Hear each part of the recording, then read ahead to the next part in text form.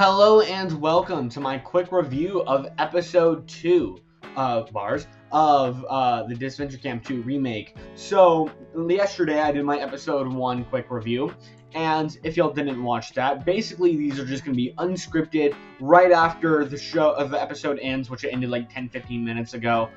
Just me saying whatever comes to mind and just how I feel about the episode. And to be honest, I'm feeling really, really good about this season. We've had back-to-back bangers. I'd say the only thing that is a complaint, but isn't even really a complaint, is that it feels really, really, really fast. But that's fine, honestly. I think the best thing that's going on here, outside of the animation, of course, is I really like the characters in this season. Everyone is really likable. In Season 2 beta, originally I didn't actually care that much about most of the characters. Even in Season 3, outside of Rhea and Ali, I didn't really care about a lot of the characters. And part of that is because I watched it from like 3 to 8 in the morning while I was half asleep.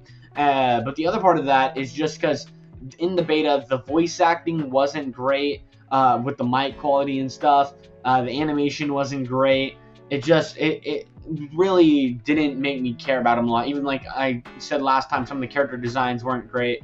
But now this time, I find myself really enjoying characters like Maggie, who's someone I've never cared about. But Maggie, so far, has actually become a really good member for me.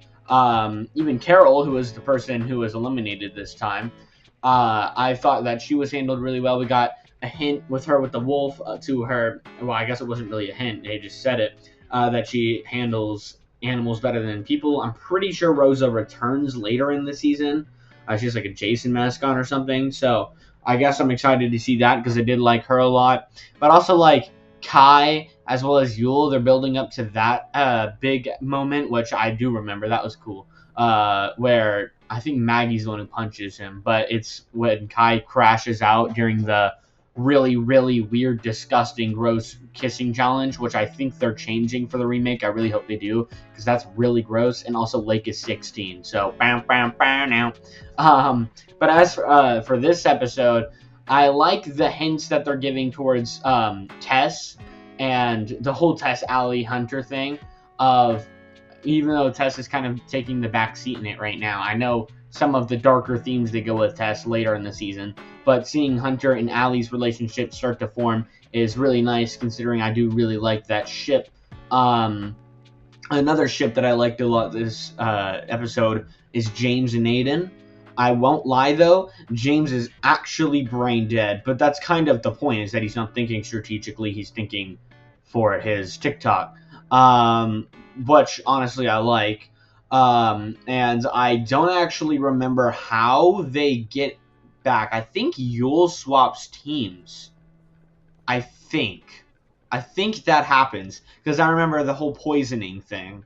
But I am excited to see that play out. I can't remember who's out next. I think it might be Maggie. But regardless, I've had a lot of fun with this episode. The challenge was pretty good. I like these kind of challenges where all the contestants are forced to just do a small tasks. I can't talk. A small tasks for an extended period of time. There we go. And because of that, they're forced to interact. So that's how we got to see our stuff between Aiden and Carol and Ali and Hunter and Kai and Maggie and kind of Yule. Another ship. The ships in the season are great. Another ship that I like a lot is the one between Connor and Rhea, although I won't lie, it feels really sad watching this ship go and them being like all cute and nice, which is kind of weird because isn't Rhea like 20 years younger than him? But whatever, people do that in real life, so yeah. But anyways, I think that them getting together and all that, I mean, obviously they don't have like full-on crushes, their romance hasn't started, but seeing it, the first blossoms of it, is really sad knowing what happens in Season 3. And honestly, it's only making me like Rhea more. I know a lot of people call her a screen hog and don't like her, but I still do. Is there anyone else I haven't really talked about? Rosa, I freaking love Rosa. I'm so excited to see her in Season 5. Originally, not as much as Maggie, but I really didn't care about Rosa. I kind of just viewed her the same way I viewed Richard. from what I can remember, as just some random person who supports the more important characters and then gets out. I do know Rosa does get framed by Rhea for stealing crap, and that's how she gets out, and she does make it a lot farther than Richard did in his season. But I really didn't care about her that much in those episodes originally. Now, so far in these 2 episodes, I've really enjoyed it, and I'm very excited to see more with the teen pregnancy plot line and all that. What else? I mean, I could gush all day about how beautiful the animation is. Like, it is actually so peak. And I really like that we're not going to be wasting so much time on this, because this needed to happen. I'm so happy this is happening. Y'all can't see what I'm looking at. I'm looking at just like my notes. I do have, it's unscripted, but I do have a few notes on what to hit on. But hit on, you know what I mean. But what was, I forgot what I was saying again. Whatever. Yeah, the animation, the writing in general, and the voice acting just feels a lot higher quality this time around. Not even just from the beta, but just in general for them. Because I won't lie, season 4 was definitely the season where they improved a lot on their writing quality. Because in like season 3, there's some scenes between characters that just don't really make sense, and some plot lines that don't really work. But in this, I think everything's really feeling satisfying so far. But overall, I think that if this keeps up, I know this is a hot take. If this keeps up, I might like this more than I like season 1. I'm dead serious.